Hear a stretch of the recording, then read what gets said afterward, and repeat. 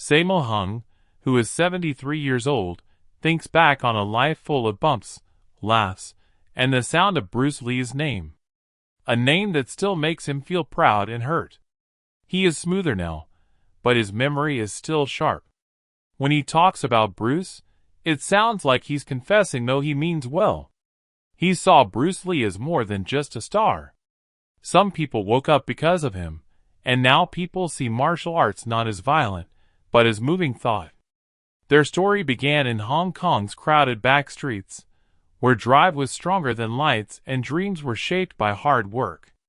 Bruce was already a hero, changing what it meant to be free and not afraid. Sammo was the skilled worker who made the action flow. A man who fought not only on screen, but also against limits. He didn't say anything about what he saw, what he learned, or what he lost for many years. But at age 73, Sammo Hung finally tells the truth, not about the story that everyone believed in, but about the person who changed his life. Sammo Hung was just a boy in Hong Kong trying to make it on the streets before he became famous and became the star of movies. He was born in 1952, a time when many people were hungry and few had chances. His family put him in the China Drama Academy, which is run by Master Yu Jim Yuan and is a strict drama school for growing. It was a place where kids learned to use their bodies as art supplies, and where dreams were made through pain. Sammo's body and mind are still scarred from those years.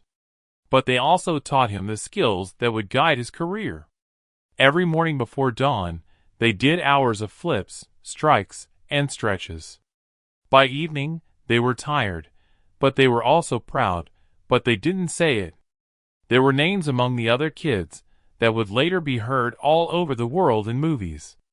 Jackie Chan, Yuan Bao, and a lot of other people would rise with him. They were brothers in hard times, but not because they were related by blood. People there didn't get respect, they had to earn it. Sammo learned how to carefully plan how to move, in order to make pain and murder look beautiful. He seemed tough, but he really had a soft side and a strong desire to show himself. Another story was going on while Samuel was training across the Pacific. Bruce Lee was crossing over between countries on his own. His mother was a famous Cantonese opera singer.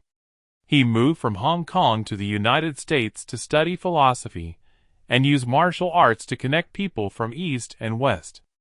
In the early 1970s, he went back to Hong Kong with a plan to make movies that weren't just for fun, but also about who they were.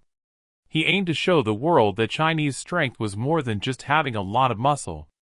Spirit, focus, and pride were what it took. Hong Kong's movie scene changed with the start of Bruce's work on Enter the Dragon.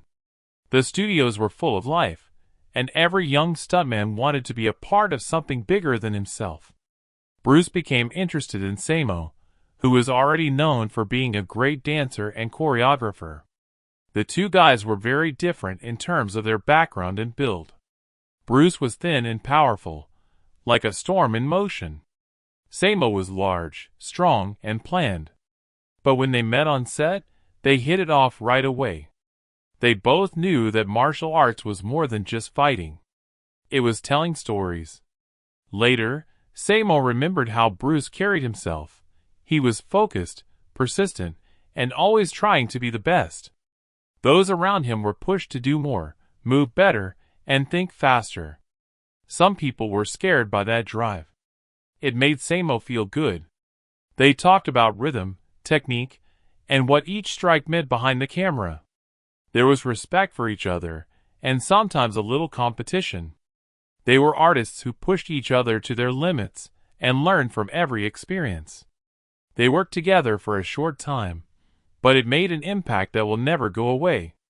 When Bruce set out to combine theory and film, it changed the way Sammo thought about his work. He saw that every scene could be true, and that movement could speak when words couldn't. In Bruce, he didn't see a competition, but rather someone who showed him what hard work could do. When Bruce's success really took off, Sammo was already making his own way. He started to arrange for big shows, and set the stage for a new kind of action in Hong Kong that was both precise and emotional. Still, those early days with Bruce stuck with him, no matter how far his work went. The man who lived every day as if it were his last made me laugh, feel intense, and learn lessons. Those thoughts were both good and bad for me. Because Bruce's death took away a part of the unspoken friendship that had driven a whole generation. Sammo always remembered where it all began. Fighting skills should be seen as art, not violence, by everyone. This is what two men with different ideas want to achieve. Bruce Lee was a big deal by the early 1970s. His every move was electric, and Hong Kong's movie business centered around him as a rising star. Actors like Sammo Hung found that moment both moving and disturbing. The city's studios all of a sudden turned into a place where people were looking for Bruce's drive, discipline, and direction. If you worked near him, you were pulled into his circle, which was a place where excellence was expected, not asked for. In the beginning scene of Enter the Dragon, Bruce and Sammo were brought on set to rehearse and fight. Even though it was only shown for a short time, it is still one of the most famous scenes in martial arts history. People saw the meeting of two masters in those few frames. The lightning speed of Bruce versus Sammo's controlled strength. Off camera, they respected each other. Bruce thought Sammo was smart and creative, while Sammo saw that Bruce had control over not only the camera, but also the energy of everyone else in the room. Even so, there was strain behind that respect. It wasn't caused by hate, but by the need to be perfect. Bruce worked hard all the time. He thought that his friends would be as serious as he was, and see martial arts as a way of life, not a show. That assumption was hard for many people in the Hong Kong film world. Bruce had lived in the United States for many years, where he learned new things and mixed Eastern and Western ways of thinking. When he got back, he was full of confidence, which scared some of his co-workers, even the ones who had been building the local industry long before he became famous. Sammo later said that the competition back then was very tough. In a business that was growing but not sure what would happen, actors and stuntmen were fighting for attention. Some people felt left out when Bruce's fame spread around the world. It wasn't that they didn't like him, but because his success set a new bar for everyone else. A lot of attention started to be paid to his image, his beliefs, and his unmatched charisma. It was easy to feel left out for people who were still trying to find their place. However, Sammo knew more than that. He didn't think Bruce's passion was arrogance. He thought it was the price of being smart. He knew that fire was made by someone who was alone. The weight of having an idea that people weren't ready to accept. They only met for a short time, but each meeting left a mark. Bruce's words about rhythm, being real, and how martial arts make people feel stuck with him for decades. These lessons were not just about movies. They were lessons about life. After that, in July 1973, everything stopped. Bruce Lee died quickly when he was 32. He took with him the light that had changed a whole generation. Hong Kong stopped talking. People from all over the world were shocked, and saddened. Sammo thought the news was not true. He saw him just now. Strong, living, and unbeatable. He was no longer there. No one said goodbye or closed the door. Instead, there was the sound of unfinished business and open questions. After Bruce's death, there were months of stories that filled the void. As theories spread, they all tried to explain things that couldn't be explained. But for people who knew him, it didn't matter at all. The pain of losing a friend, a master, and a sign of what was possible was all that was left. Sammo didn't talk about it much in public. His quiet wasn't a sign of distance. It was an honor.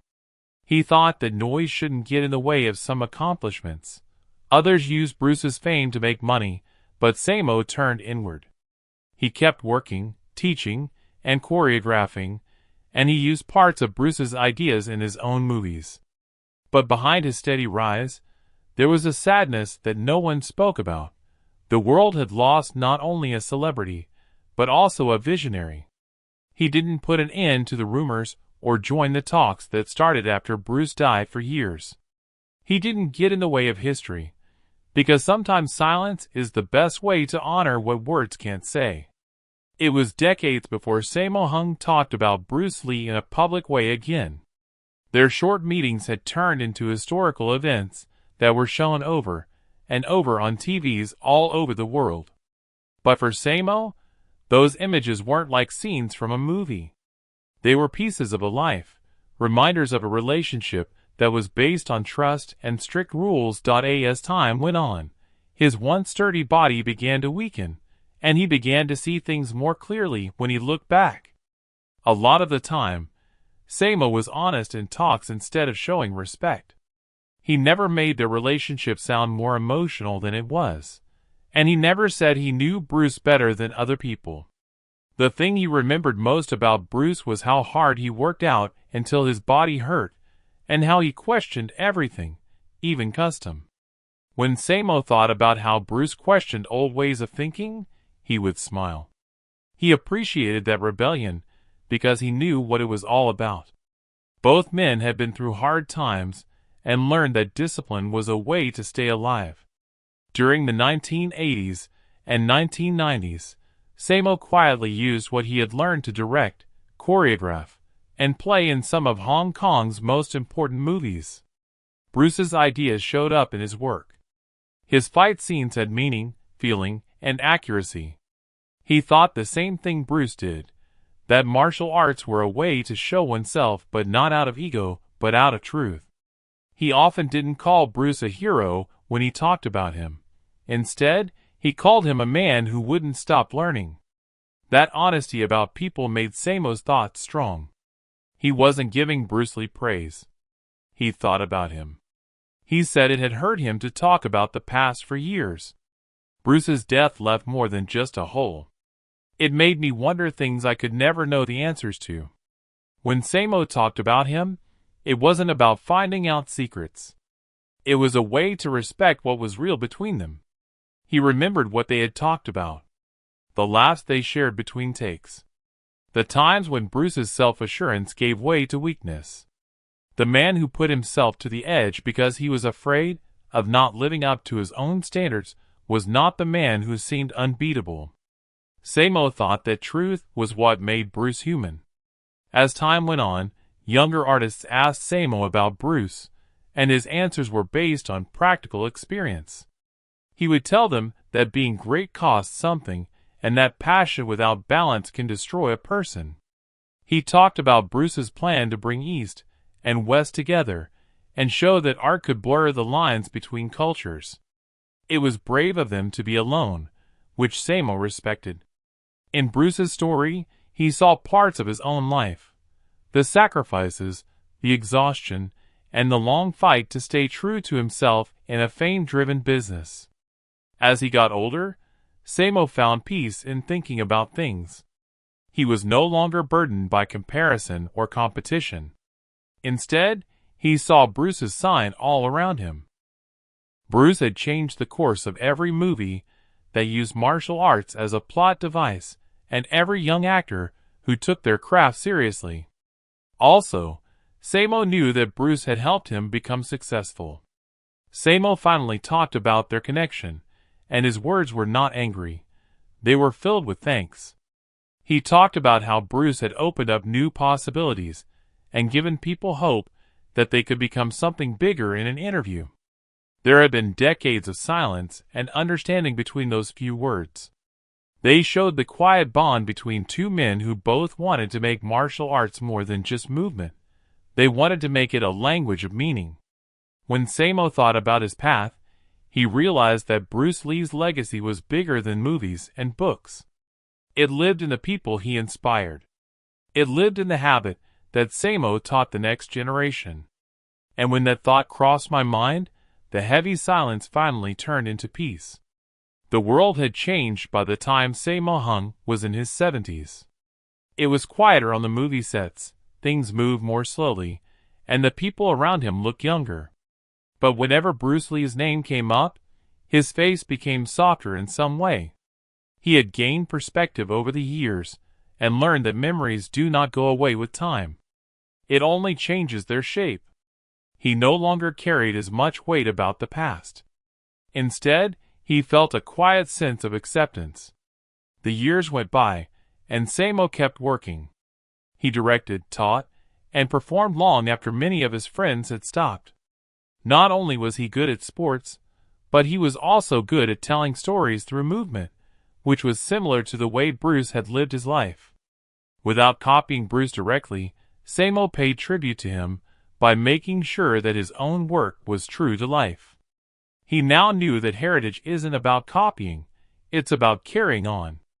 In later talks, Sammo talked about how Bruce had had a big impact on Hong Kong movies. The changes could be seen everywhere, from the way fight scenes were shot to how confident Asian actors were as they took their place on the world stage. Bruce broke down barriers many years ago, which helped artists like Sammo rise and be seen not only as fighters, but also as storytellers with national pride and depth. That was the real gift Bruce had left behind for Sammo. In his thought, he was also humble. He never tried to put himself next to Bruce or say that his story was more important than Bruce's. Instead, he spoke like a man who had known both love and loss, the happiness of making something and the pain of missing someone. His words showed a knowledge that comes from having to wait. The fame fades, but the lessons learned are still useful for those who are left behind.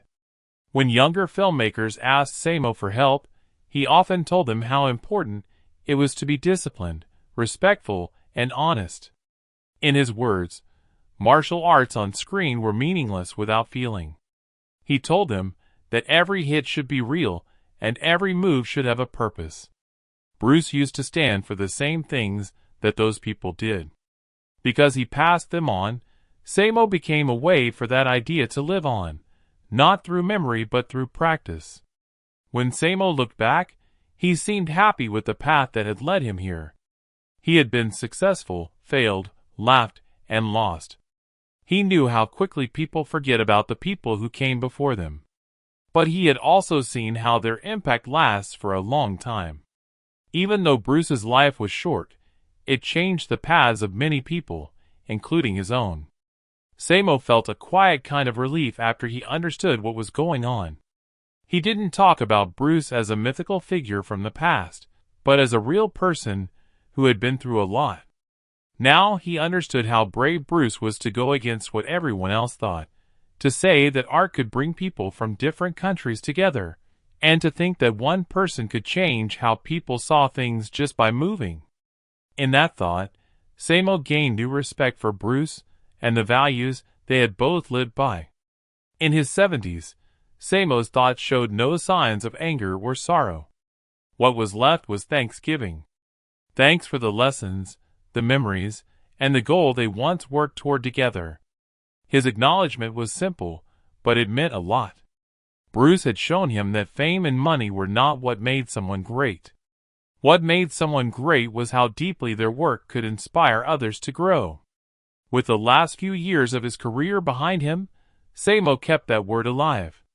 He arranged scenes and led actors, and each one of them became part of an unspoken tribute. He didn't use words to say thank you. He used art. That quiet act of thanksgiving brought peace to a story that had started with hope and loss. At age 73, Sammo Hung doesn't talk about the past with sadness anymore. He talks about it with respect. The years have taken away the noise, leaving only the truth. Bruce Lee's most valuable skill wasn't his speed or power, but his ability to make people believe in themselves. Sammo carries that understanding with her in a quiet way. She knows that their paths crossed for a reason. What started out as a way to work together and be challenged turned into something much deeper, a shared search for meaning through movement. A lot of the time, he says, time is the best teacher. It makes you humble, heals you, and shows you what really counts. When Sammo has time to think, he doesn't see Bruce as a hero, but as a man who tried to bring people from different worlds together through art and changed many lives in the process. Myths about him are no longer true, but his spirit lives on in every picture that tells the truth through motion, and in every artist who dares to speak without fear. The only way for Sammo to find peace was to remember things in a way that made sense. When you put his story together with Bruce's, it shows that true legacies never go away. They live on in the people who carry their light forward. Check out this for more sad stories.